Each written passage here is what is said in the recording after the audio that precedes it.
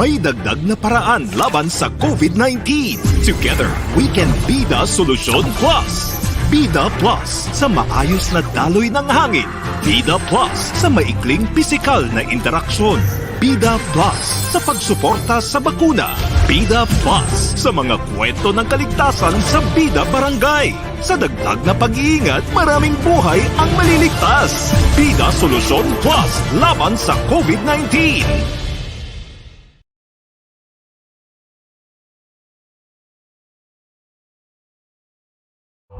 Organic acai has very high levels of antioxidants and essential nutrients that help keep your immune system strong. Organique acai premium blend and freeze-dried capsules daily to help increase your resistance against harmful viruses. Keep yourself and your family healthy and protected with Organique.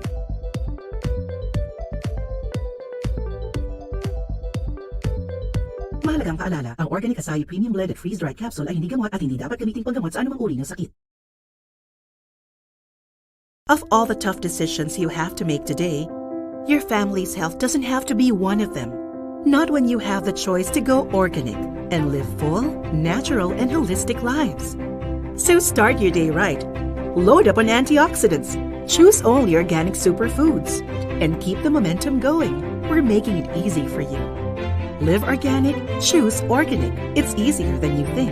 Mahalagang paalala, ang Organic Acai Premium Blended Freeze-Dried Capsule ay hindi gamot at hindi dapat gamitin panggamot sa anumang uri ng sakit.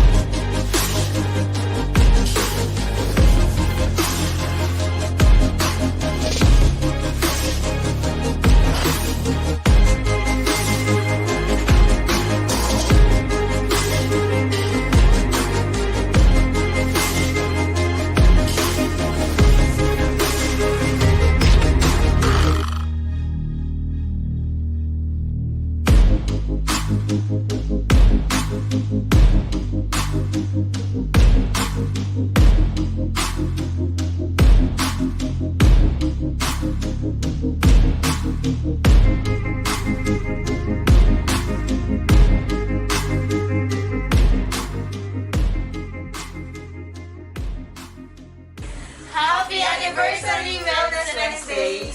Continue sharing knowledge and helping everyone to be healthy. Happy Anniversary Wellness Wednesdays! Looking forward for more healthy tips in keeping our immune systems strong. Happy Anniversary Wellness Wednesday! Thank you so much for all the fun and informative tips. I am looking forward to so much more content in the future, and God bless!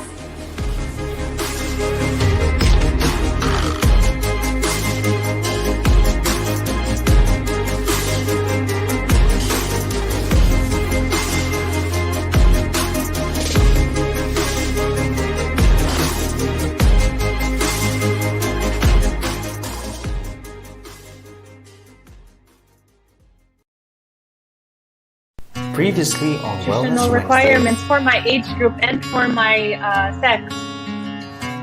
And our audience, Jake, be able to find our dupes.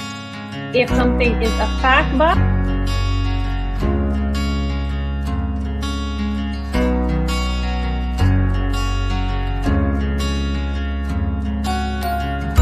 Wellness Wednesdays with Organique.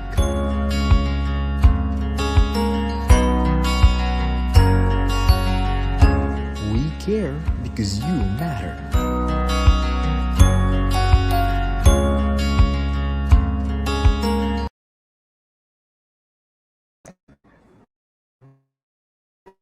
Good afternoon and welcome.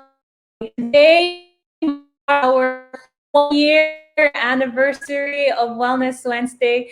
So, salamat sa lahat for everyone to tuning in to our 1-year anniversary. Thank you for being with us from the beginning, middle. Share health and wellness. Now, today we have a very, very special episode that's never really been done before in any Wellness Wednesday, but I'll save the surprises for later. Kasi ngayon, we still have our game. So our Facebook game today, you can check us out also at our Facebook page at Organique Inc. So the game today is 2 truths and 1 lie. So your challenge here is to find saan ba yung truth, which one is the lie. So the first statement is one of the leading causes of death in the Philippines is heart disease. And then B is you can take active steps to lower your risk to the top causes of mortality in the country. And then C is the leading causes of death in the Philippines are the ones with the obviously severe symptoms. So which one is the lie? Now, to find out the actual answer to this, you have to stay tuned for our entire episode to see what our guests will say today.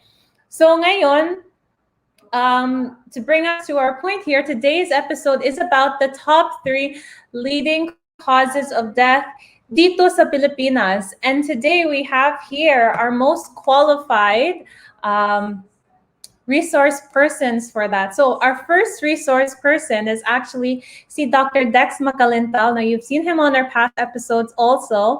Dr. Dex is a lifestyle medicine specialist. Now Dr. Dex, because he's a lifestyle medicine specialist, he's been dealing with a lot of these diseases. Now, we also have a second guest here. Now, our second guest is Dr. Michelle Dado, also known as Doc Mitch. Dr. Mitch is an obstetrician gynecologist.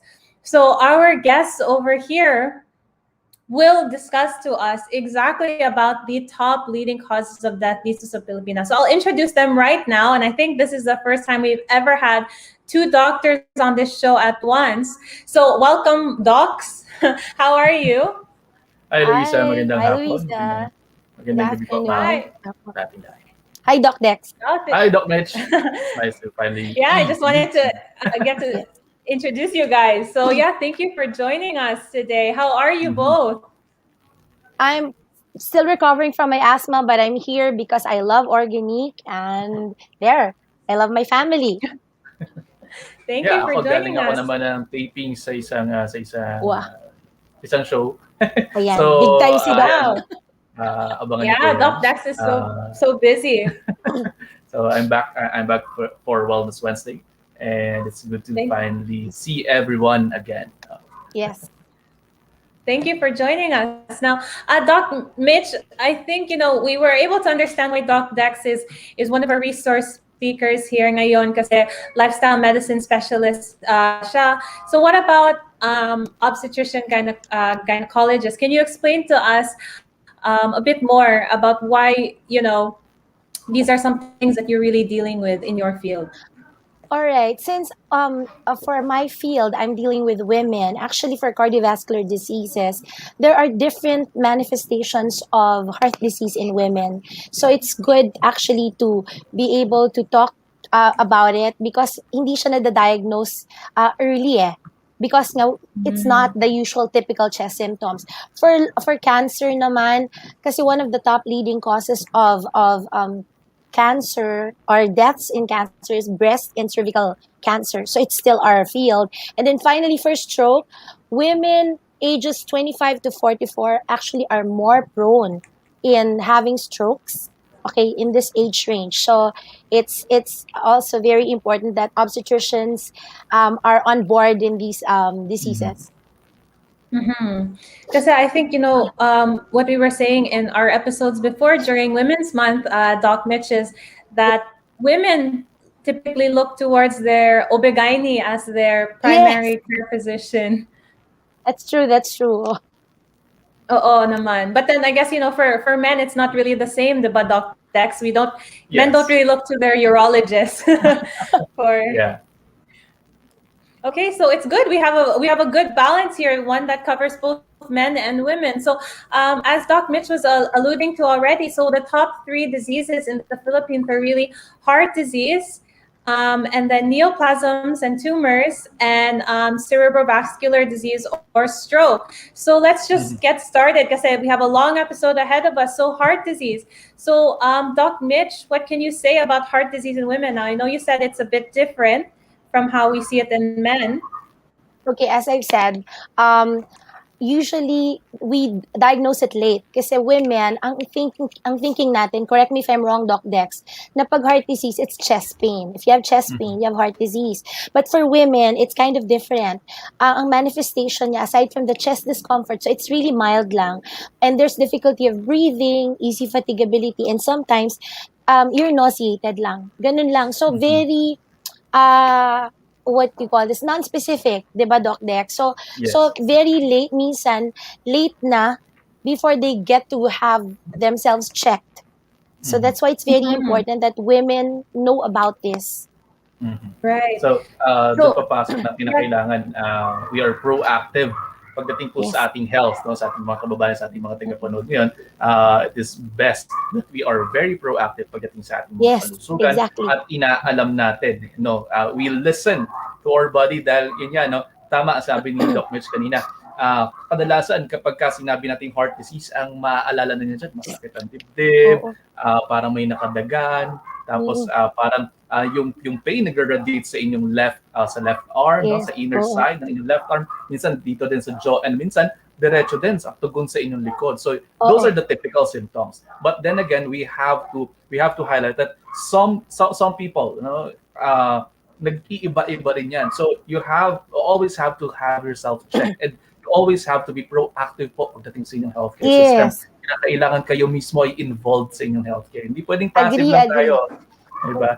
Agree. Dapat a yearly checkup is important eh. Kailangan laging, pag may naramdaman, mas maganda ng OA tayo kaysa yung you shrug it off na parang it's nothing, ay baka pagod lang, or baka yung sakit lang ng likod kasi meron lang akong binuhat or naipit lang nung humiga ako. Diba? That's our usual, what do you call this, attitude na may naipit lang or kasi nagbuhat lang ako. So we shrug it off. Lalo na for women, Doc Dex, diba? Or Luisa. A lot of times, women are very resilient. And ang priority niyan, lalo na if you're married na, is the family. So you come last. That's the attitude of Filipino women eh. It's the children, the husband, everyone else. You come last. But what I always tell my patients, you cannot give what you don't have. If you're not healthy, you cannot make your family healthy. So, dapat tama si Doc Dex, proactive. Right, and I agree with that. And when we had our Mother's Day special, that's really the comment of all the moms that parang superwoman sila, they really have to act like they have it all together, but just to put their families first. Yes. So, docs, how am I able to tell the difference between the symptoms sa heart disease and then symptoms sa ibang sakit? Like, for example, see, Doc Mitch was saying that it feels like sometimes you're just tired. So how do I know I'm not just tired? Or see, Doc Dex, how do I know that I'm not feeling something else like a stroke?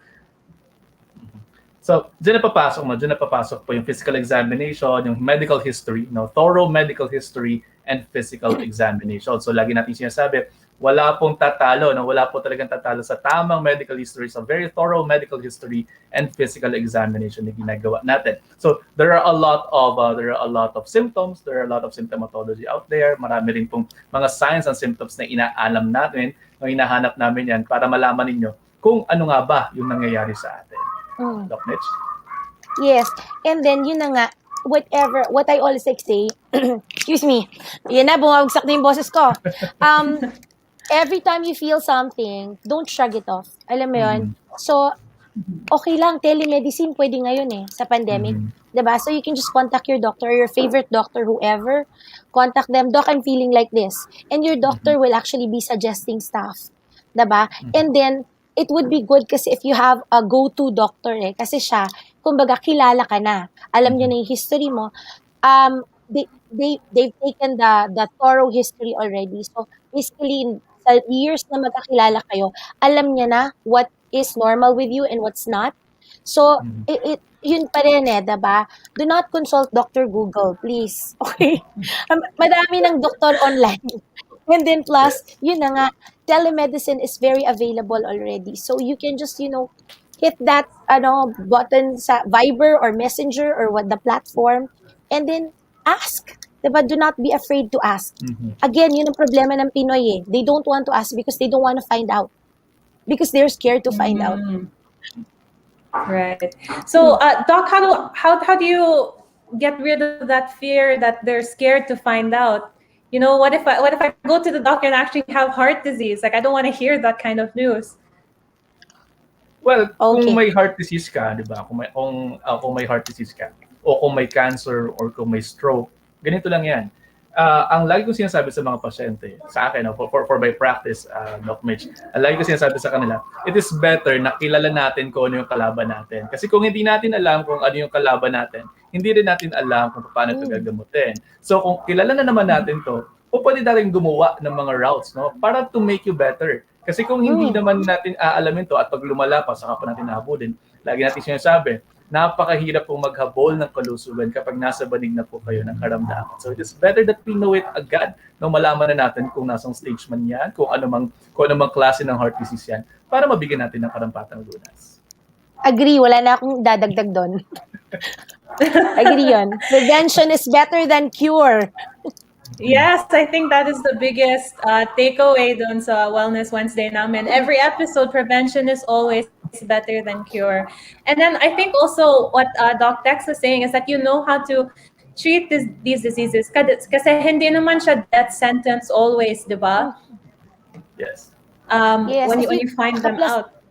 Exactly. And if you catch it early, it's very treatable di ba? Kaysa yun na nga, kaysa yung patatagalin mo, tapos by the time you come to us, wala nang magawa. So, there.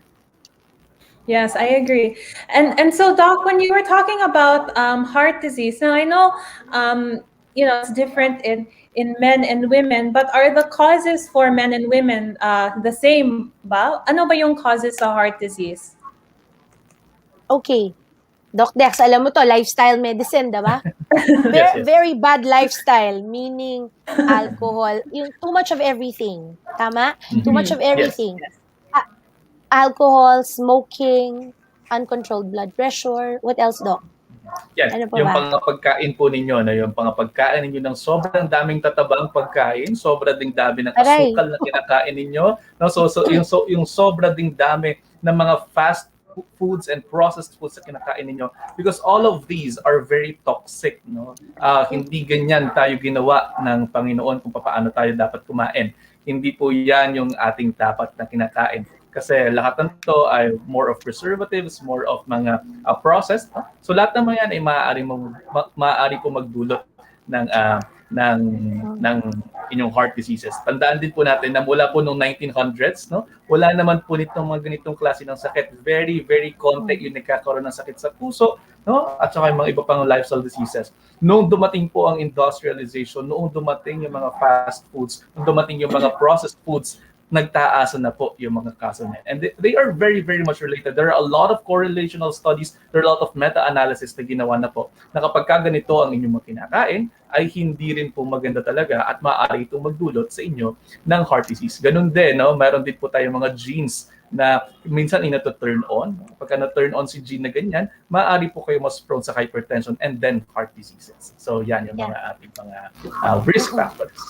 Aside from that, yung inactivity, physical inactivity, lalo na ngayong pandemic, ang excuse ng mga tao for not moving is because walang gym, sarado lahat, hindi pwede lumabas. But you know what? You can actually do stuff in the house na just to add activity, diba? Kasi physical inactivity in itself will lead to a lot of illnesses eh. Tapos isa pa, stress management. Masyado nating ang dami actually, very high ang stress ngayong pandemic. Ako, hindi ko alam kasi ako ang saya ko. Kasi mas rested kayo. Pero a lot of people are very stressed. And I think it's more of management ng stress natin eh. How you look at it. Diba? Parang ano yan eh, nakahawak ka sa isang basong may kalahating tasa ng tubig. Dapat yang ito, binababayan once in a while para hindi mabigat. Pero kung lagi mong dala, talagang bibigat yan, diba? So mangangalay ka niyan. And if you're very stressed, it can also lead to a lot of diseases eh. Diba? Kasi pangit na yung functioning ng body mo. Yun, so there. Right. So, mga docs, like, do these factors, is it one affects men versus men more than women? For example, I think last week we were talking about like how men really have not really bad diet, but you know, they're more prone to meat, less likely to eat vegetables. And then Doc Mitch was saying that women really always are stressing over the family. Does it mean that women are more stressed and men have bad diets, or is it equal? Well, yeah, for now, no, yung mga studies po na lumalabas, no, sa mga studies na nababasa namin in lifestyle medicine, halos pareho lang, no, pareho lang pagka sama-sama natin lahat ng factors. So tama na minsan mas stressed yung mga babae because of these confounding variables. Minsan din naman sa mga lalaki, mas kapag sila yung breadwinner, nakikita na mas madalas na more of processed foods yung kinakain nila and they shy away from your vegetables and fruits. So, depende. Pero kapag pinagbintaw-bintaw natin lahat, pagka pinagsama-sama natin lahat ng confounding variables, ayon po sa mga pag-aaral, halos pantay ang risk factors ng mga males and females. Oh, I see. So, on this slide, Doc, when it says here gender, what does it mean na, ang gender is ang risk factor? Yeah, okay. Sa ang gender, no, kapag depende kung saan natin titingnan to. Katulad yan sabi nga namin kanina ni Doc Mitch, kung sa babae, no, minsan kapag more stressed ay mas related siya sa yung mas related yung stress levels na na-experience ng babae sa pagkakaroon ng ganitong klase ng sakit. Kapag naman sa lalaki, pagdating naman sa mga lalaki, yung mga kinakain din kasi nila. So sinasabi natin dito, the confounding variables of different nitong mga of different sexes according to studies, kapag pinagsama-sama natin yung mga variables, doon sila iba-iba ng mga risk factors. Yes, agree. And then so, Doc Mitch, what you were saying about aging sa women, for example, you said that so women, ang heart disease is really for high risk in 25 to 44 versus I think... sorry, go ahead. Okay, it's okay, sorry. Yung sinabi kong age, actually, it's more for the stroke. Yung sa aging, sorry. Is not cardiovascular diseases. I think the older you get, the more prone you are because there are a lot of, like, yung lahat ng ginawa mo from childhood, everything piles up. Alam mo yung sinasabi na, pagpakasaya ka ng 20, 30, you will feel everything by 40. You know, sisingaling ka na ng katawan mo. Yun, so as we age, there are a lot of changes, physical changes in the body that will actually make us more prone to develop cardiovascular diseases, like yung mga uncontrolled na yung blood pressure, hardening of the arteries, yung mga development of plaques because of all the patong-patong na fats na kinain natin, patong-patong na sugar na kinonsume natin. So, I think that's what it means when sa age, diba? The younger, it's really more of a different kind of cardiovascular diseases, yung mga congenital yan, Yes. or yung mga yung dahil sa infection, okay, yung mga rheumatic heart. Pero as we age, yun na yung mga diseased valves na, yung may mga problema na sa mga arteries, yun na yun. Mga cardiomyopathies there. So, depending on the type, on the age, there are different types of cardiovascular diseases actually, but I think it's too detailed na to discuss here. Oo. Baka bukas pa tayo matapos niyan. Oo nga. Yeah, maybe another one. So so the aging, what age group is most at risk sa cardiovascular disease? Sige, Doc Dex, it's your practice. In our practice, it's around age 50 and above, mas nagkakaroon sila ng risk factor for your heart diseases because of the exposures that our aging population has been or had throughout their lifetime. Yung smoking, yung mga kinakain nila, their physical inactivity, and even the genes, no? Merong pag-aaral nga na very, very interesting na kapag meron ka nitong klase ng gene na to, no? Kapag dating mo ng age 50, it can turn on or turn off indefinitely kapag ibang klase yung kinakain mo. Like for example, merong isang gene na sinasabi na kapag ang kinakain mo throughout your life is more of animal products and fatty animal products, that to turn on itong si gene na to. And this can promote more hypertension for you, more risk of hypertension for you. At kapag nagkaroon ka ng mas mataas pa na intake na itong mga ganito, pagka napabayaan mo na, you are mas prone sa heart diseases. So, very, very interesting itong genetic makeup ng mga tao, and very, very interesting yung Human Genome Project na ginawa nila. Kasi nakita nila kung ano yung lineage, no? Kung ano yung lineage na kinakailangan mag-ingat talaga sa pagdating dito sa mga ganitong klase ng mga ng mga sakit. Yeah, that's very, very interesting when it comes to genetics. Because I think, sometimes the notion is you feel healthy ngayon, pero you're not thinking about anong family history or genetics that are affecting you also. So, Doc, for example, if I am a 50-year-old man and then my history sa aking family about like heart disease, and then I really had a bad lifestyle, how do I know that I actually have heart disease? How do I diagnose it? Okay, there are different kinds of tests that you can do that your doctor will request for.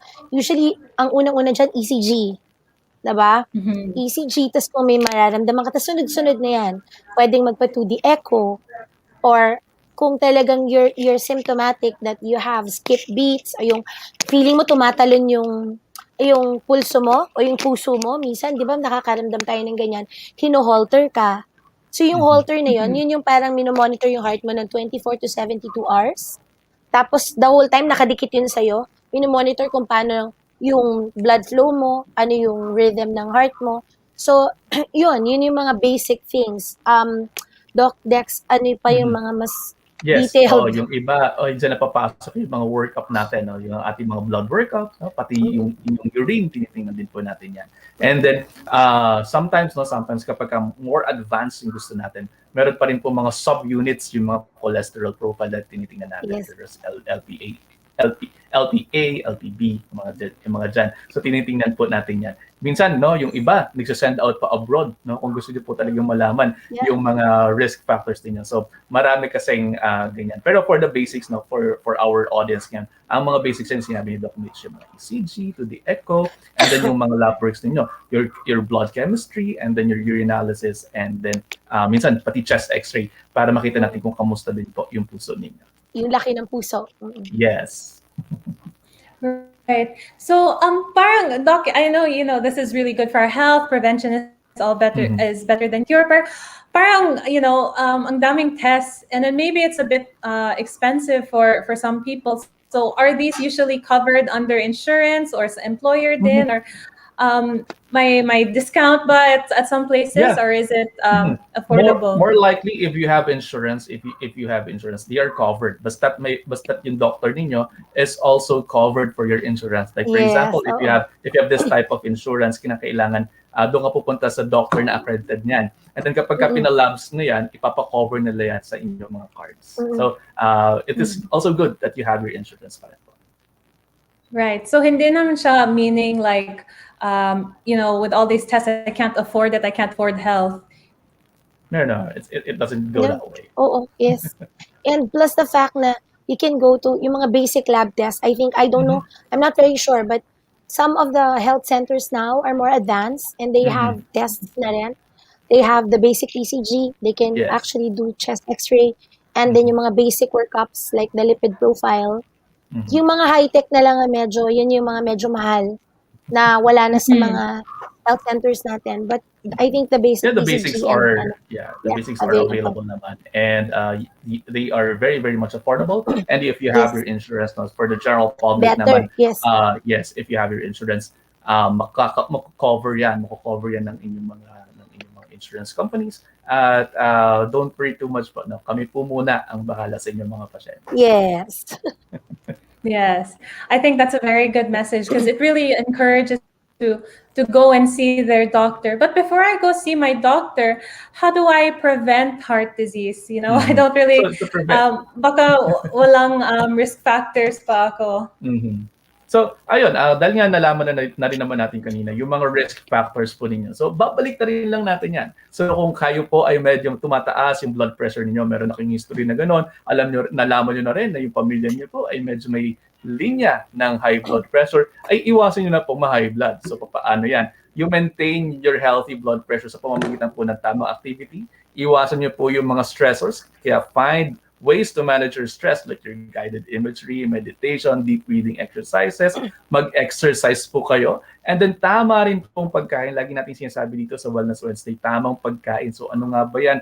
Yung mga makukulay na vegetables and fruits, ilagay niyo po dyan. Ano po? Yung pong mga kulay ng baghari, red, orange, yellow, green, blue, indigo, and violet. No? Lagay niyo po yan dyan para po sa inyong mga antioxidant needs and of course vitamins and minerals to release your energy. Gayon din sa dami po ng laman ng mga phytonutrients and fiber ng mga pagkain na yan, ay nakatutulong po ito sa pagpapababa ng inyong risk of high blood pressure and even stroke na pag-uusapan natin mamaya lamang. Yes. And additional siguro lang, see your dentist also. Kasi dental hygiene is also it's risk factor. If you have poor dental hygiene, you're also prone to mga cardiovascular diseases. So have good hygiene. Siguro naman nagtutoothbrush tayo at least 2 to 3 times a day, diba? Tapos, see your dentist regularly also. Yes.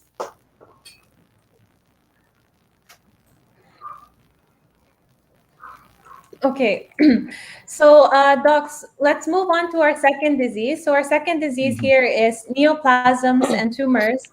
So I know that, may ibang klase when it comes to this. Pero what are the most common symptoms? Okay. Pag advanced, actually depende kasi sa type of sa type of cancer. So but the ones listed, yun yung mga medyo na yan medyo advanced na, yung loss of appetite, persistent fatigue, alam mo yung tipong what do you call this, biglang weight loss. But it really depends on the type of cancer. Now this is really very important kasi it's actually a growing global burden, itong cancer na to. Sa men, ang pinaka-common, Doc Dex, correct me if I'm wrong, una yung lung, tapos colorectal, and then prostate, and then stomach. Yes. Sa women naman, it's breast, colorectal, lung, tapos cervix. So, ang mga manifestations yan iba-iba. Diba? Sa lungs, yan yung shortness of breath, yan yung medyo madaling mapagod. Siguro like sa colorectal, yan yung bloody stools na nakalagay dito, alternating diarrhea, constipation. Sa cervical naman, it's more of pagdudugo after sex, tapos yung abnormal discharge na nangangamoy, amoy fishy ang odor. Tapos ang breast cancer naman, mga lumps and bumps, tapos changes in yung how your breast looks. Yun yung tinatawag namin na orange peel. So, tingnan mo na lang yung orange. Kung gano'n ang itsura ng breast mo, baka meron ka ng problema. Diba? Yun yung mga iba-ibang symptoms kasi. So, yung pinakita kanina, mixture of all the different cancers and then medyo advanced na yung mga weight loss. Right. So, why is it that yung men and women, alam ko na, for example, cervical cancer, men can't, it's impossible for them to get that kasi walang silang cervix. But for example, colorectal cancer or lung cancer, bakit nasa men but not really sa women? Actually, both are common in men and women. So, diba, diba? I think it's the lifestyle pa rin, right, Doc Dex? Yes. Diba? So lifestyle pa rin po. No? Diyan pa rin papasok yung mga environmental exposures po ninyo. So, tandaan po natin na hindi po tayo mag-isa sa mundo. Hindi lang po tayo yung laman ng mundo. And we react to our environment. No? Katulad po ng lagi natin sinasabi, no? sa causes moving forward, makikita po ninyo dyan. If you are, maraming mga exposures. If you are, like for example, a son of a man who had prostate cancer, like myself, I have to have myself checked pagdating ng ganitong klase pagdating ng edad na 35, 40, no? So yan, pagka ganyan, magpapatest ka na, check mo na parati yan because you are you're a descendant of someone who had this type of cancer. Kapag ka po exposed kayo sa mga radiation, no, yung mga yan, may history na kapag ka exposed ka sa ganitong, kapag ka ikaw ay born ng ganitong edad, no, correct me if I'm wrong, if I'm not mistaken, bago yung war, no, kapag ka na-expose ka doon, no, you are much prone to having problems with the thyroid, problems with the stomach. So yan, environmental toxins, and then yung diet po ninyo. Nakita po sa mga pag-aaral na kapag kumakain kayo ng mga sunog-sunog dun sa mga processed foods, no, you are prone to having adenocarcinoma of the esophagus, of the stomach, no. Meron din iba na kapag kayo ay naninigarilyo, pag nagpabaliktad, no, yung reverse na smoking, you are prone to having oropharyngeal cancer. If you have sa genes natin, if you are a Chinese descent, no, kapag Chinese descent po kayo, and you have you had your Epstein-Barr virus infection, you are much prone to having nasopharyngeal carcinoma. So napakaraming ganyan kasi nga nata-turn on at nata-turn off yung mga genes natin. Like for example, yung tinatawag natin po ng mga proto-oncogenes. So ito mga to, kapag ka na-on yan, para yan si linyador, isang tapak lang, go na yan. At yung mga tumor suppressor genes natin, kapag ka na-off yan, para kapag nawala yung iyong brake at saka yung iyong handbrake, pagka nawala yan, dire-diretso na rin yan. So our exposures to the harsh environment, kasi nga po hindi nga po tayo nag-iisa dito sa mundo, ay maaari na ma-turn on itong mga genes na to. Gayon din because of the stress, because of the inflammation that you are putting inside your body through the diet that you're taking in, no? Kapag masala-sala yung diet na kinakain niyo, you can promote more inflammation. At dahil dyan, no, nagkakaroon talaga po tayo ng mga changes in our system, in our cells, na nagiging erratic sila at nasisira po yung pong regulatory cycle ng ating mga cells. Kapag nasira yun, imbis na yung mga namamatay na cells ay tuluyang namamatay, no? Nagtutuloy-tuloy sila at nagpo-form sila po ng cancerous cells. So isipin niyo, kita niyo po yung mga libag niyo, no? Yung mga libag niyo, sorry po sa mga kumakain, yung mga libag niyo, yung mga tinatawag diyan, mga dead skin cells, no? So yan, regulatory po kasi ng katawan natin na nawawala yan. So hindi na kinakailangan yan. So nababago, no? So nagpapanibago. So sa loob ng katawan may ganun din. Kapag hindi po regulated yung growth ng mga yan, no, ng mga cells natin, na maaari silang maging tumor. Maaari silang magkaroon ng kani-kanilang sarili-sariling mga blood vessels para magkaroon sila ng nourishment at lalaki sila ng lalaki, thereby forming cancers and thereby having yung mga sintomas na kanina. Kunwari, no, sa colon niyo, no, merong mga colon cancers na kapag dito sa area na to tumubo, ay mas prone sa pagkakaroon ng bleeding, no, at hindi masyado naman sa inyong mga pagbabago-bago ng inyong caliber ng stools. Minsan naman baliktad, no? Nag-change yung caliber ng stools muna bago nagkaroon ng 3D. So, depende sa site, no? Depende po sa ating exposures. Tapos sa injury naman, yung injury naman, like, in terms of cervical cancer, pag sobrang dalas ang contact, lalo na tapos and you're exposed to a partner who had an infection of a certain virus called human papilloma virus, you can actually, you are more prone to develop cervical cancer. So, yung cancer, it really sounds like mixture siya, lifestyle and then also maybe just injuries or infection. Yeah, genetics, but also, things that happen to you, other diseases, like you said, injuries or other viruses. So, does that mean that, if I get into contact with these viruses or I have an injury, I have to go check for cancer immediately? When do I go get myself diagnosed? Yeah. Okay, so, dyan napapasok yung yung mga sintomas siguro na warning signs po natin. Again, yun nga, yung sinabi ni Doc Dex kanina dun sa cardiovascular, a very thorough physical and history taking is very important para ma-rule out lahat ng problems. So, any symptoms that's abnormal, kung, say for example, for colorectal, yung lagi kang andalas mo, alternating constipation, diarrhea, tapos merong pagdudugo sa stool, tapos biglang merong kang pain sa pelvis mo, sa balakang, tapos bigla ka nagbo-bloat na lang. So these are possible signs that you may, we're not saying you have, but you may. Sa cervical cancer naman, what do you call this? If you have like foul smelling discharge na madalas, na parang fishy ang odor, malansa siya, or every time na makikipagtalik ka, laging may bleeding. So these are warning signs that you have to get checked. Diba? Anything that's not normal. That's why you have to know your body. Kilalanin mo ang katawan mo. Siguro naman, sa tagal mo sa mundo, alam mo na kung anong normal, anong hindi. Sa breast mo, when you take a bath, kapain. It's okay to feel. Diba? It's not malaswa or anything. You have to feel your body para alam mo kung may tumutubong abnormal.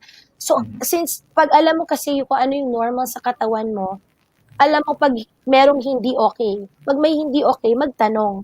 Yun yung pinaka yun yung pinaka lagi namin sinasabi sa patients or to everyone. Ask so that you will know. Kasi sabi nga ni Doc Dex, diba? Kailangan kilala mo kung sinong kalaban mo diba? You cannot just go, and blindly fight. Kailangan alam mo kung sino kalaban mo para alam mo kung anong gagawin mo. Ano yung mga next steps. So, Doc, what are the general ways to diagnose cancer then? Kasi I know ang daming cancer, but what are the general tests that you usually do? Yeah. So for cancers, iba-iba per site, iba-iba yan per type of cancer. So usually yung iba sa blood markers nakikita na natin yan, sa mga tumor markers nakikita natin yan sa blood. Pwede rin po mga CT scan, bone scan, PET scan, MRI. No? Minsan pati nga ultrasound, kahit yung ultrasound lang makikita na natin kung mukha na siyang cancerous. Like for example, for breast masses, makikita natin yan, maka-classify na yan for BI-RADS, alamin na natin yan, mukha ba siyang malignant or not. So, dyan marami, these are the general tests na ginagawa natin. And then yun pa rin, a thorough medical history and physical examination to have a definitive diagnosis pa rin. And stress ko lang since it's my practice, the key to preventing cervical cancer, because if you catch it at an early stage, it's very curable. So the key is early detection by pap smear. So for all the women out there, please have a pap smear. If you are sexually active, within 3 years of becoming sexually active, have a pap smear done. Tapos for those who are not sexually active, when you reach 25, go to your OB-GYN already and have yourself checked. So it just sounds like to me that the real way to diagnose cancer is just a regular, thorough physical examination. Is that correct, Doc? Yes. Correct. Yes. Okay, so how often do I really get a physical examination then? For example, 20s ko or sa 30s or sa 40s, I'm sure, you know, it increases kasi may ibang risk factors. Okay. Siguro, ang pinaka-advisable kasi, syempre, financially, mahirap din kung very, very frequent eh. At least a yearly check-up na one time, big time. Kung lalaki ka, lahat ng blood works, lahat ng klase, include the rectal exam, DRE, diba, Doc? Yes. For the guys. And then for the girls naman, ganun din. All the transvaginal, mammography, lahat ng blood works, and then your pap smear. And then if you can afford the HPV determination, which is like a pap smear also. Okay. So, Doc, how do I go about preventing cancer then when, you know, there's so many factors that affect it? Ayan, expert dito si Doc Dex. So, kasi nga po, ang cancer nga po is a combination of your modifiable and non-modifiable risk factors. So, unahin natin po yung mga non-modifiable kasi wala tayong magagawa dyan. Your genes, wala tayong magagawa sa genes nyo. Pero ayon sa mga pag-aaral, nakita po sa mga pag-aaral na kahit meron ka nitong klase ng mga genes na to, na more of cancerous or more leading to your mga hypertension and heart diseases, a healthy lifestyle can turn off your cancer promoting genes, no? So paano gagawin 'yon? So a healthy lifestyle, unang-una, alam nyo po sa panahon ngayon, ano po, nakita nyo naman po kapag bumibili kayo ng sigarilyo, nandun na sa pakete kung anong klaseng cancer yung tutubo diyan, no? Iba't ibang pakete ng sigarilyo, no? Bawat pakete ng sigarilyo, kahit parehong brand, kahit parehong variant ng brand, iba't iba na po nakasulat diyan, iba't iba na po nakalitrato diyan, no? Meron esophageal cancer, meron nakikita pa ako cancer sa thyroid, prostate cancer, intestinal cancer and all that. Tigil-tigilan na po natin ang paninigarilyo, mga kapatid, dahil wala pong mabuting maidudulot yan sa ating mga buhay, no? Tigilan niyo na po yan, na walang madudulot na mabuting sa inyong mga buhay. Tumaas na nga yung tax diyan, bili pa rin po kayo ng bili.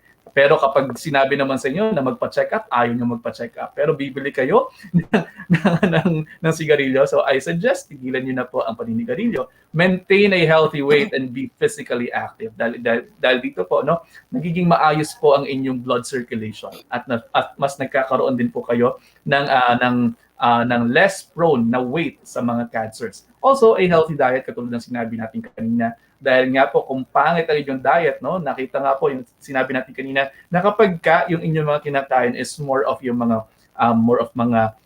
sunog-sunog, no, yung mga street foods na hindi masyadong maganda yung pagkakaluto, at yung mga yan ay maaari po kayo talagang magkaroon ng mga cancers. And of course, avoid risky behaviors. You practice safe sexual intercourse. You practice po yung tama po yung tama ninyo na demeanor. Iwasan niyo po yung paggamit ng mga drugs. Iwasan po ninyo yung paggamit ng mga sobrang daming alcohol. At dahil dyan, no, dyan po papasok yung tama pong uri ng pamumuhay. Dahil nga sa dami ng banidad ng mundo na binigay sa atin, kasi nga hindi nga tayo nag-iisa sa mundo, no? Yun pong mga exposures natin na kinakailangan, alam din po natin kung paano natin sila kontrol. Exactly. Okay. There. Oo. So, Doc Dex summed it up already. Add ko lang sa risky behavior. Yun lang, monogamy. Diba? Be loyal. Diba? Do not sample fruit. Alam mo yun? Yung tipong paiba-iba or don't engage in risky behavior. Do not just engage sex with anybody. And then get your vaccine. There is a vaccine now for cervical cancer that you can get. Actually, this is a totally different topic, but I think it may be one of the things that you can do to prevent. Yeah, because I guess also Doc Dex was saying that there is another type of cancer that I think sorry, I forgot what that cancer was. Nasopharyngeal cancer. That one. My virus, diba, that's associated with that also. The Epstein-Barr virus is if tumama sa mga tao na may Chinese descent, they are more prone of having nasopharyngeal carcinoma. Minsan mukhang polyp lang yan sa ilong ninyo, pero mabilis tumubo yan, no? Ganyan din, no? Yung HPV, no, yung human papillomavirus na makikita din natin po. Maaari din kayo po na magkaroon ng cancer, like for example cervical cancer and all that, no? So kailangan talaga, no, you have yourself checked, no? Hindi porke wala kayong nararamdaman, you are okay, no? Lagi sinasabi natin, kapag sinabi po kasi natin na hindi porke na wala kayong nararamdaman, or not because you are not sick, but not because you are not sick doesn't mean that you're healthy. It just means that you are not sick. Yeah. Diba? Feeling I okay. agree. Diba? Feeling okay now, feeling good now. Diba? Does not mean na you'll be okay tomorrow. Yes. Kasi yung cancer takes time. Hindi naman siya meaning like stage 1, I already am bedridden or whatever. No, yeah. Yeah, but it's a bit different from our next disease. So our next disease here is stroke. Now, stroke is something that doesn't take time. That one is very sudden. So what are the symptoms of stroke? Oh my God, this is a medical emergency. I can share. Yes. Because I had a mild, oh my God, at a young age, I had a mild stroke. Okay, what we call transient ischemic attack. There are 3 types of stroke actually, diba? Doc Dex, yung ischemic, yung hemorrhagic, tsaka yung TIA. So I had the TIA. So ang mga manifestations nito, dito sa mga nakasulat, which are the common, it's what I felt was weakness on my left side. I was in my clinic. I suddenly felt like medyo bumigat yung left face ko. Tapos feeling ko medyo, alam mo yung tumabingi ng konti. Tapos nagsislur ako. Yung medyo garbled yung speech ko. And then may weakness ako sa left. So yun ang mga naramdaman ko. But I didn't feel everything that's written on the the screen now. But these are the more common symptoms. But ako personally, that's what I felt. Biglaan lang. Tapos it was just like, a matter of 5 minutes, tapos okay na ako. There. Oh. So when you experience a stroke, Doc, what are you supposed to do? Or if someone beside you is having a stroke? Number 1, don't panic.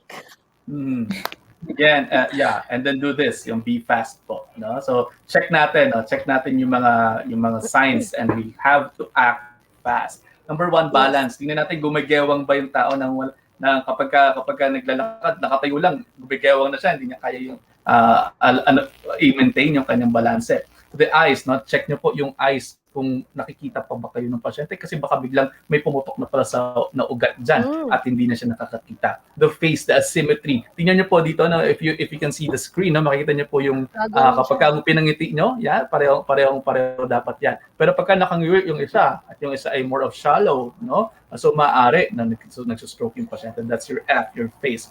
Your arms, no? Check niyo po for weakness and even yun pong mga numbness ng inyong mga arms. Gayon din sa speech, yung sinasabi ni Doc Mitch kanina, yung kung inyong mga learning of speech. Kapag medyo slurred na po yung speech ninyo, na maaari po na nagsustroke yung pasyente. And of course, check the time. Time is of the essence, everyone, pagdating po sa mga stroke, kasi meron po tayong mga tinatawag ng mga golden period. So titingnan po natin yan, at mahalaga na kung ganito na nga po ang itsura ng inyong mga pasyente, ay pupunta na po tayo sa ospital. Wag nang mag-Dr. Google, wag nang hanap-hanapin pa kung mga gagawin. Punta na po kayo ng ER para po ma-assess yung mga ayos. Oo, kasi the minute you have a stroke, mabilisan ang namamatay agad ang cells sa brain eh. Yes. So ang time is really of the essence. Kailangan agad mabigyan ng lunas. If it's a massive, lalo if it's a massive stroke, kailangan mabigyan agad ng gamot. 'Di ba? Kung kung ischemia yan, ibig sabihin may bumara, kailangan mabigyan agad ng pampatunaw.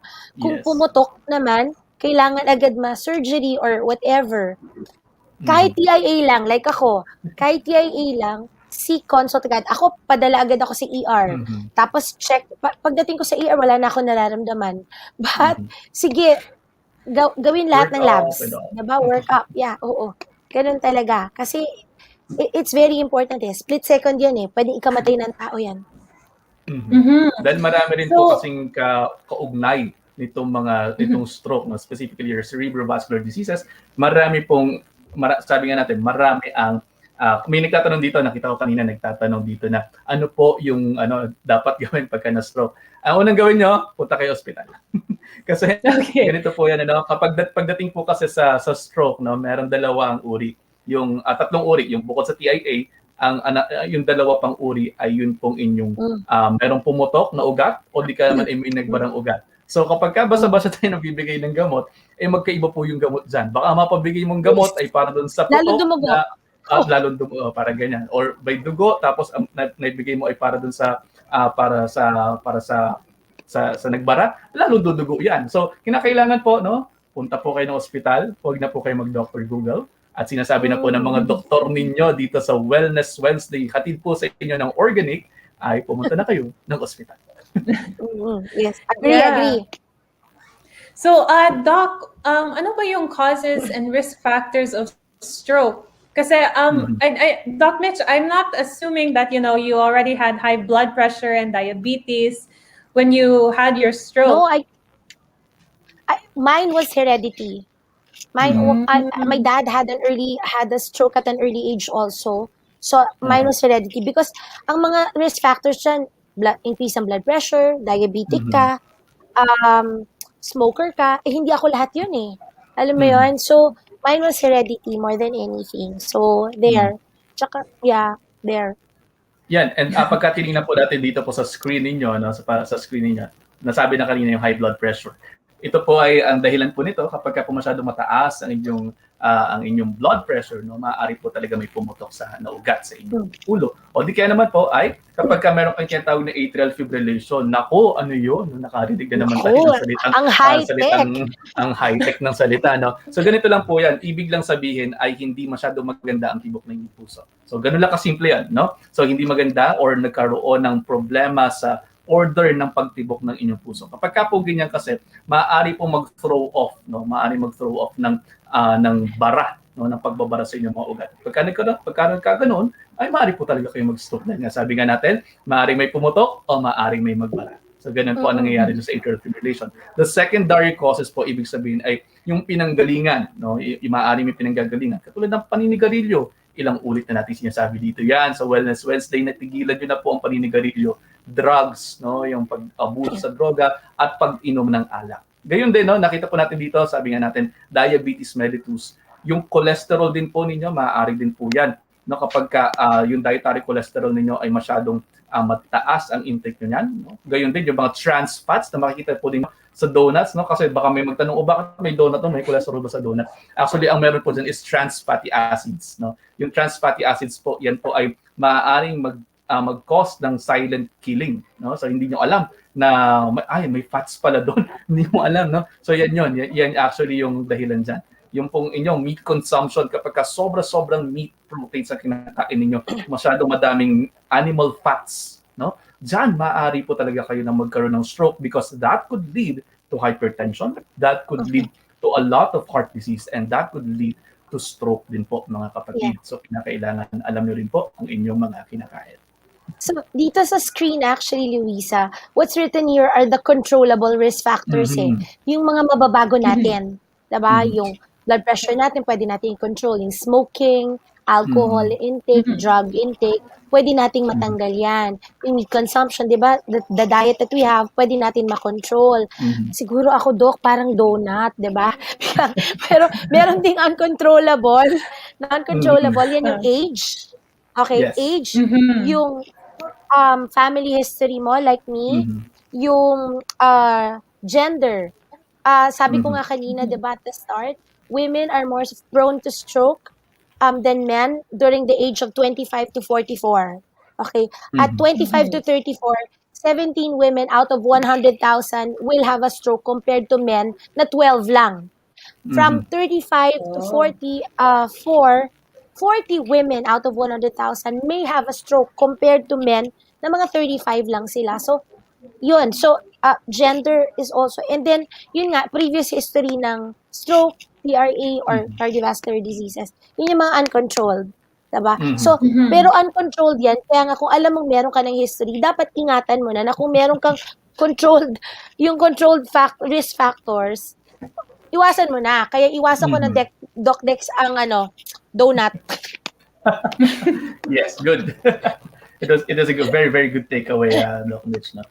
Dahil nga po alam nga natin meron po tayong tinatawag na in lifestyle medicine naman, no, bukod po dun sa sinasabi na non-modifiable risk factors. We also call these yun po mga tinatawag natin ng mga antecedents, no. Ang ibig sabihin ng antecedents, ito po yung mga tinatawag natin ng mga predisposing risk factors like specifically your genes and your environment as well. So kinakailangan alam niyo po 'yan, no?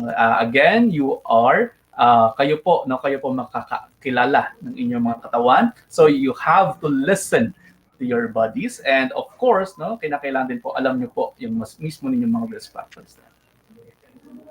Right. Okay, so Doc Mitch, so I know that doctor ka na, and then you probably already knew that you were having a stroke. But then for the rest of us, how do we know that we're having a stroke? My symptoms, pero what does the doctor usually do for our diagnosis? All right. When I went to my doctor, what he immediately requested was a CT scan and an MRI, just to check of the brain. Okay. Tapos pina-ultrasound din niya yung carotids ko. Baka kasi may problema dito. That's actually causing yung pagbuga ng blood clots. That goes to my brain. So, tapos may mga lab test din siyang pinagawa sa akin. Same as cardiovascular diseases, yung lipid profile, kung mataas ang cholesterol mo, or kung ano man pa, mataas ang sugar. So yun yung mga pinagawa sa akin. There are others, pag mas advanced na, may mga ibang test pang pinagawa. But for me, those were the basic tests that were requested from me. CT scan, and then we went straight to MRI, and then we checked my carotids, and then I had laboratories there. So Doc Tex, what would be the more advanced test then? Marami, no? If you want to have a more advanced test, dyan po tayo papasok sa mga tinatawag natin ng mga functional tests, no? So, pwede po natin actually na ma-predict kung kailan kayo magkakaroon ng atake sa puso, at pwede po kayo ma-predict kung kailan kayo magkakaroon ng stroke. So, dyan papasok yung inyong mga functional tests. Napakarami yan. Meron na tayong mga nutritional metabolite testing, no? Meron din po tayo ng mga functional medicine testing na mga katulad ng organic acid tests. Pwede rin po natin gawin yung inyong mga at napakarami pa ng mga genetic testing na po pwede nating makita dyan. Like for example, yung mga subunits ng inyong lipid profile, kasi meron yung mga subunits 1, 2, 3, 4, 5, 6, 7, alamin natin kung saan yung tumataas. Homocysteine levels, makikita din natin dyan. Kasi kapag kayan ay medyo mataas, pwede rin na magkaroon ng problema dyan. Your methylation factors, pwede rin po natin i-check yan. Pero all of these, no, usually hindi masyadong ginagawa pa sa ngayon sa Pilipinas. Sadly. Wala dito sa Pilipinas. Kami, no, dito sa aming klinika, sinasend out namin abroad. And usually medyo may kamahalan. Napadala namin sa Genova. I see. So when do you perform the really advanced test then? Kapag gustong-gusto po ninyong makasigurado, no, at very very defensive, at kapag talagang yung mga tao ay sobra ang pangangalaga sa kanilang katawan, no, so diyan ginagawa nila. You can do it anytime. You can do it anytime kapag for prevention, like sasabi nga natin, prevention is better than cure. And usually the executives of companies, yung mga medyo matataas sa tao na talagang very very defensive about their health, they do that. Yung mga may-ari ng mga kumpanya, no, yan, yung mga usually nagpapagawa ng ganyan. Ako yearly, I have my MRI. But until my neurologist told me, so yung last CT scan ko, pero ano pa lang naman actually, 3 years ago. So until my CT scan was clear, tapos sabi ng neuro ko, stop na, okay na. Baka lalo ka mapraning. Yeah, I think that's what you were saying, Doc Mitch, about it's better to be OA. Yes, oo. But it can cause a lot of anxiety. So it also, and it adds actually to the stress. So I think more than anything, again, you have to really get in touch with your doctor so that you don't get really scared. And siguro it's better na to be tested. Kasi I think I had my yearly thing because um, another, parang there was like, I had symptoms again na nabitiwan ko yung cellphone ko while answering a call kasi, di ba kaming OB, we're always on call eh. While answering the call, bigla ko nabitiwan yung cellphone ko. Nagpanic ako. And for a while, I was having anxiety attacks eh. So, kaya nagpa-test ako. Then when I found out wala, baka naman nahulog ko lang talaga. Di ba? Alam mo yun? Dumulas lang pala talaga. So, at least it gave me peace of mind there. And I think that's one of the ways to prevent also, no, just to avoid stress as well, like lower the anxiety, lower the fear. Yes. So what are other ways to prevent it? Like for example, Doc Mitch, ikaw, I know that it's not really a lifestyle factor for you, but it's genetic. But how do you go about, making sure na it doesn't repeat itself? Well, syempre, what do you call this? You watch what you eat already, diba? As what Dr. Dex said, it's still a struggle, diba? Kasi I'm a meat eater. But I'm starting, I've started to incorporate more colors in my diet. And it has been really fun, diba? Kasi the more colorful your food is, the more fun it is. Eh. So it's a good experience. And then you exercise. Being an OBGYN, actually, we're very stressed eh. And a lot of times, pag marami kang pasyente, you tend to just, you wanna sleep na lang, but you have to incorporate exercise eh. So, I have like a stationary bike at home. I would do it like 3 times a week na mga, nga lang ako eh, 10 to 15 minutes na rapid, tas rest, tas rapid, rest, tas rapid. Alam mo yung high intensity, parang ganon. Tapos, wala naman kasi akong mataas ang blood pressure. Although my doctor gave me medicines, even if my cholesterol is normal, I'm still taking it para lang to make sure that it doesn't again increase. Healthy weight, I'm in the process there. So yun din. So it comes with I think comes with the territory na yung diet and exercise there. I'm still in the process, my God. Struggle, Doc Dex. Struggle. It is a struggle. No? Like for example, for myself nga, ako rin, no? Kahit nakikita na ako ng mga tao na, okay naman yung katawan niya, ganyan. But the temptation sa mundo kasi natin yan, marami talaga. Like for example, yung kinakain mo na as much as you want na ito yung kainin, no? Napakaraming tukso sa mundo, no? Mamaya merong mga medrep na magpapadala ng kung anong pagkain, and all that, 'di ba? Ganyan. So minsan merong mga pasyente na sila mismo yung magdadala din sa iyo ng mga pagkain na alam naman natin na hindi masyadong maganda, pero wala ka namang magagawa. Kinakailangan tanggapin mo 'yan, no? Pero yun nga ang kinakailangan natin gawin po dito ay tamang pag-iwas, no? It doesn't hurt so much naman kapag you know how to choose, no? How to choose the food that you take in. Sabi nga natin, between two evils, you choose the lesser evil. And that also, no? Yun pong inyong mga bisyo talaga, no? Paulit-ulit na, mga kapatid, pakiiwasan na po, pakitanggal na po ang sigarilyo sa inyong mga buhay. And then you manage your blood pressure always, no? Kinakailangan everything is in check. Ito po, no, kung mapapansin po natin, mga kaibigan, no, mga nanonood dito po sa akin sa Wellness Wednesdays, kung mapapansin niyo throughout this lecture, no, makikita niyo ay bakit halos pare-pareho yung prevention. This is because lahat po ng sakit kasi na ito ay lifestyle related. At yun na po ang uso sa mundo natin ngayon, no? Dahil nga po nagkaroon ng shift from communicable diseases to non-communicable diseases or specifically lifestyle-related diseases ang pumapatay sa atin ngayon. So, kung ang gusto po natin ay ma-curb itong lifestyle diseases na to, ang gagawin po natin ay aayusin po natin ang uri ng ating pamumuhay. Tamang pag-handle po ng inyong mga bisyo, tanggalin niyo na po yung mga bisyo niyan. Tamang ehersisyo, promotion of healthy weight, tamang pag-promote po ng inyong mga blood pressure and yung mga cholesterol ninyo. Ayusin din po natin ang mga stresses ninyo at hormone levels. At kinakailangan din po ay ayusin din po natin ang ating mga kinakain. Adding to that, yun po mga kulay ng mga bahagari katulad ng ginagawa ni Doc Mitch ngayon. Hindi naman sinasabi na maging vegan or vegetarian. No? Ang sinasabi lamang is just to add on. At ang tip na masasabi ko sa inyo ay kung hanggat maaari, magdagdag lamang po kayo ng prutas at gulay sa inyong mga lunch and sa inyong mga dinner. No, kung gusto po ninyo ang inyo pong snacks, kahit kayo ng dagdagan nyo po, like for example, dagdagan nyo ng salad ng inyong snacks. O pwede po yun. No? Hindi sinasabi na maging hardcore. No? Huwag nyo pahirapan ang sarili ninyo. Dahil kapag ka nagda-diet po kayo, pinapahirapan ang sarili ninyo, parusa po yan. Walang mangyayari. Huwag niyong parurusahan ang mga sarili ninyo. Dahil kapag ka po parusa ang ginagawa natin, hindi po yan magkakaroon ng behavioral change. Parang pilit. No? Huwag pipilitin. Ang kinakailangan, kung pipilitin ninyo ang sarili ninyo, ay it has to start from within.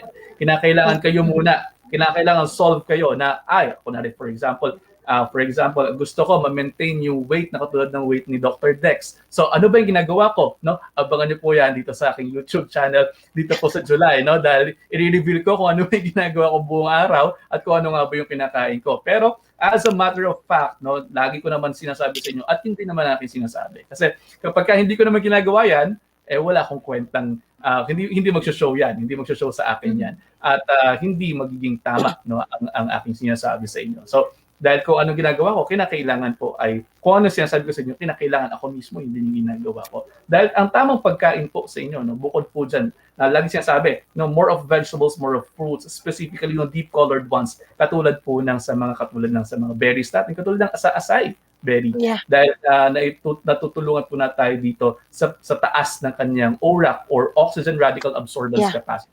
Dahil po dito sa ORAC na to na napakataas, nagbibigay rin po talaga ito ng napakagandang antioxidant to help us fight off itong mga lifestyle diseases na ito. Yeah. So there, you better, isa pang dagdag, Luisa, is you take the right supplements to actually augment whatever you're taking. And then if you cannot, diba, there are some people na cannot talaga, I cannot do this or what. We're not saying it's a replacement, but it will help. Kumbaga pantukod siya.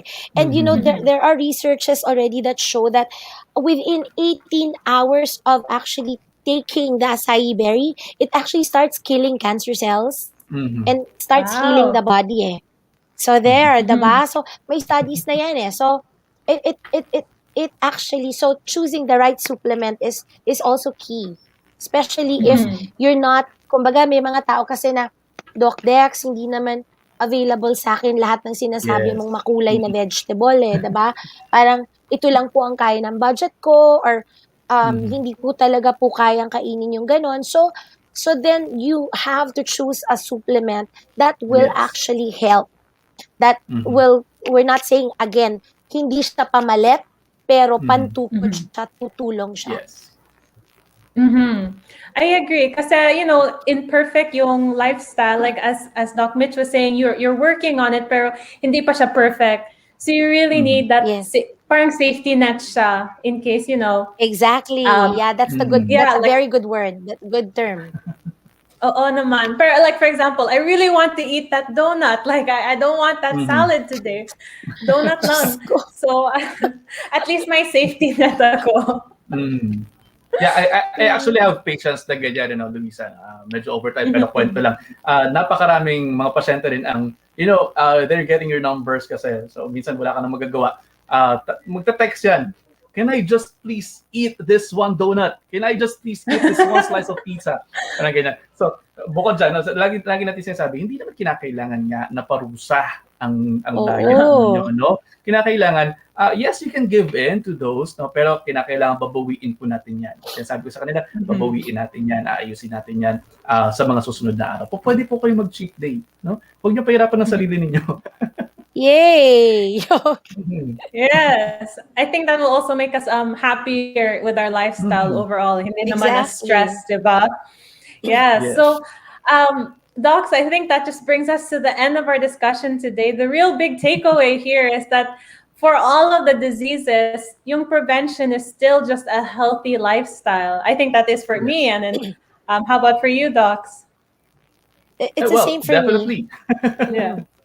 Yeah, okay. So before we leave, I just want to start on our game here. This is the last part of the episode. I know we're running late, but it is a special episode. So wellness facts and myths. So Doc Mitch, since you're new here, our wellness facts and myths is we're going to be putting a statement dito sa screen, and then our audience can comment whether they they think it's a wellness fact or myth ba ito. And so our doctors, which are Wala you nito guys, dati will be the eh. ones Oo. to answer. So our first, I forgot to announce that today kasi it's a special episode. The top 3 winners. So that means if you got all of the answers correct, so wellness facts and myths, 3 of the winners are going to have an Organique gift pack. Wow. Pwede Yes. ba kami So that will sumali? to really support the healthy lifestyle, no? So okay. Anyways, going to our first one. So our first one over here is there are many types of heart diseases, including hypertension, coronary heart disease, and cerebrovascular disease. So wellness fact or myth ba ito? So comment 1 fact or myth. So let's see what they say. Let's bring up our Is it a comments here on fact or a screen. myth? So sabi ni Tetsi Yummy Vlogs, it's a fact. And then we have here truth. Okay. Fact. So Doc, what's the real answer here? Okay, the answer here is a myth.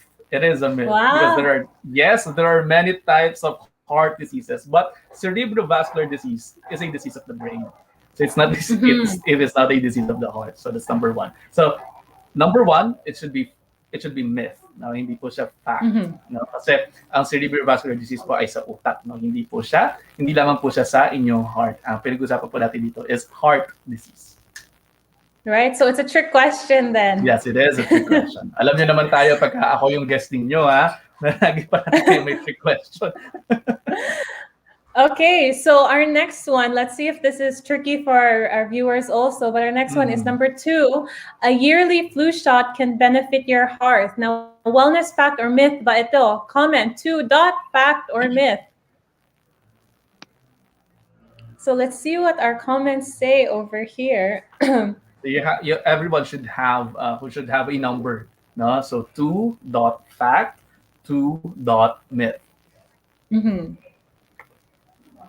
So we have here fact, and then myth, and then fact. So Doc, what do you think of the answer? Okay, this is a fact. Actually, getting a yearly flu shot actually greatly reduces your chance of developing strokes, heart diseases, and other or complications by almost 1/3 the next year. So it's a fact. Wow. Sorry, Doc, can you explain to that just a little bit, like, does that apply to all vaccinations or just the flu? We're talking about the flu. Okay, so just the flu. That's amazing. So our next statement over here is number 3, wellness fact or myth. Cancer is contagious. So fact ba ito or myth? Comment 3 fact or myth. 3 fact or 3 myth. Cancer is contagious. Sabi ni Carisha. Myth. Okay. Sabi ni Dita Smith. Sabi ni Tetsi Yummy Vlog Smith. No, sabi ni Venus Smith. All right. So let's answer. Okay. What do you think, Doc? Cancer is not contagious, so it is a myth. No, tandaan po natin ang cancer po ay hindi po siya nakakahawa. No? Kapag sinabi natin contagious, no, everyone, ibig sabihin nakakahawa. So hindi po naman talaga nakakahawa ang cancer. Kahit hawak-hawakan mo, hindi ka mahawa. Okay, so our fourth one over here is also about cancer. So number 4 is people who have cancer shouldn't eat sugar since it causes the cancer to grow faster. So wellness fact or myth ba ito? Comment 4 fact or 4 myth.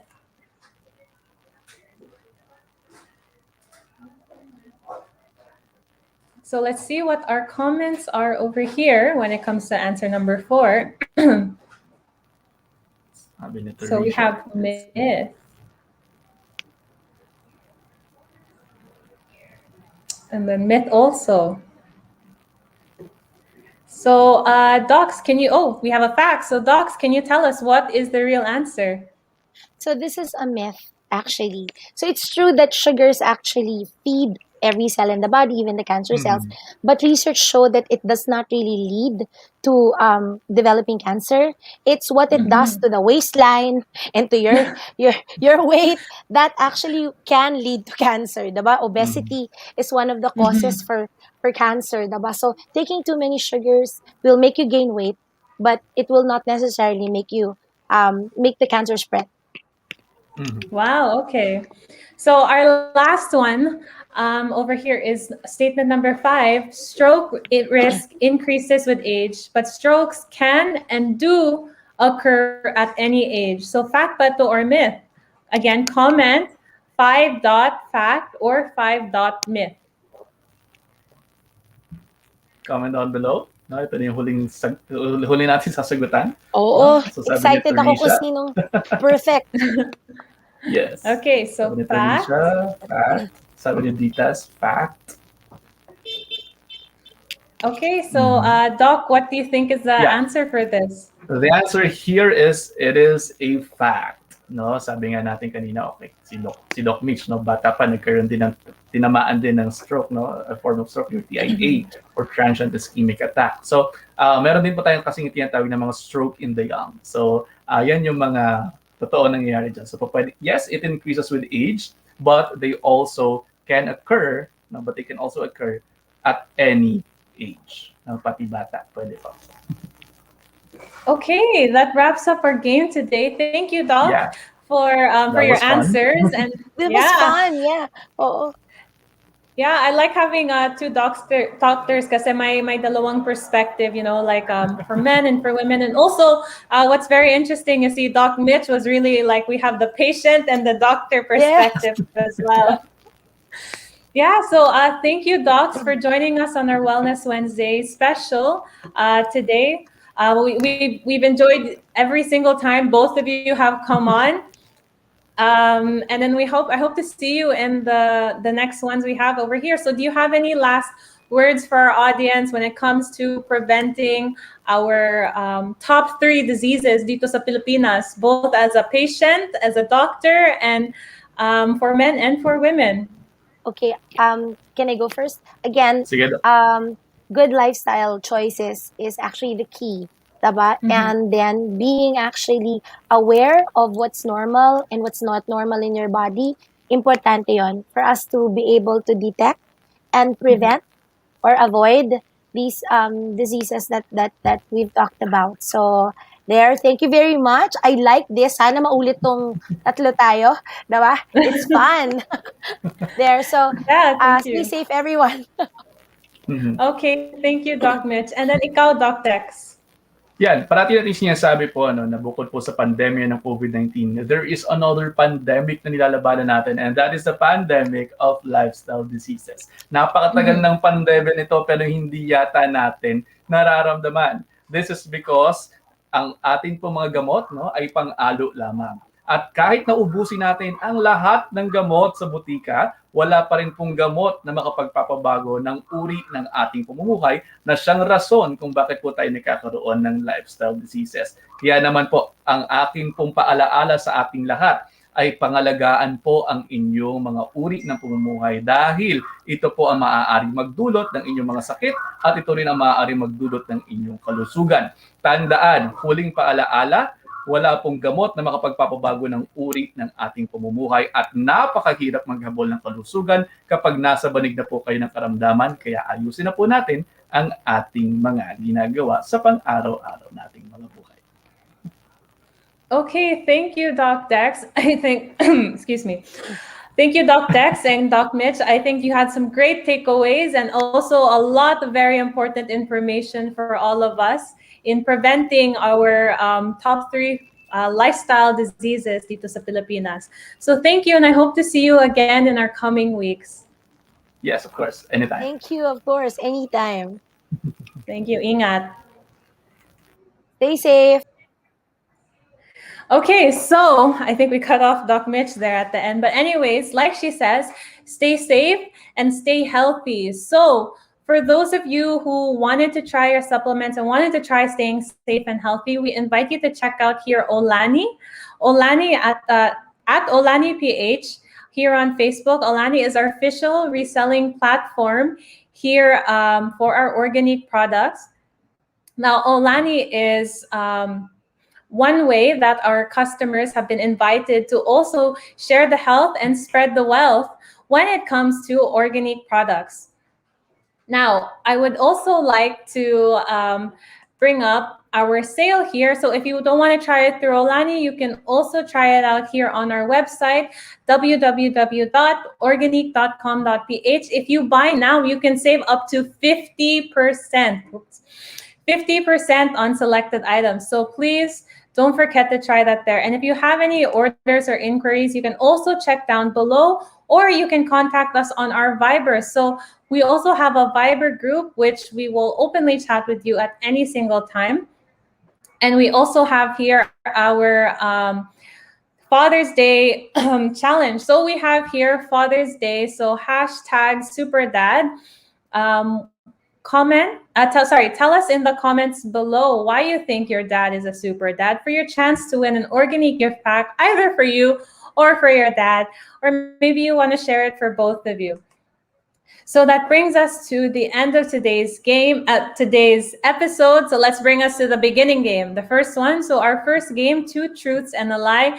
So which one is the lie over here? And the answer is C.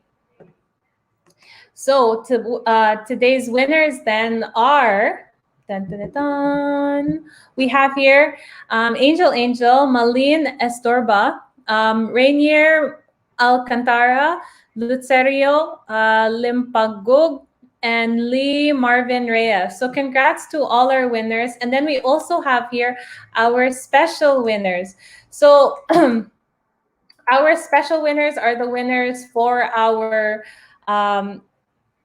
wellness facts and myths who managed to get every single answer correct. Congratulations to our special winners for not only listening in, but also really thinking about the healthy lifestyle behavior and not being tricked by the trick questions. So we have here Ditas Emperador Tolentino, Bjorn Manhaven, and Teresa Capales. So congrats to all our winners. I think this is the most winners we've ever had on an episode.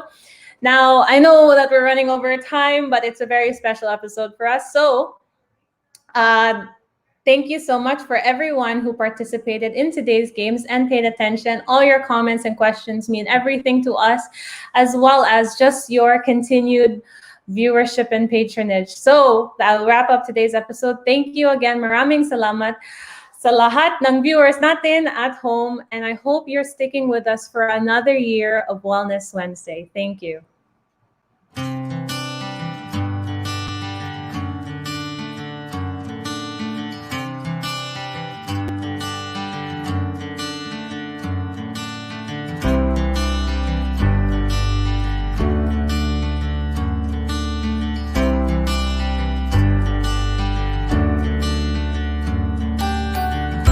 Wellness Wednesdays with Organique.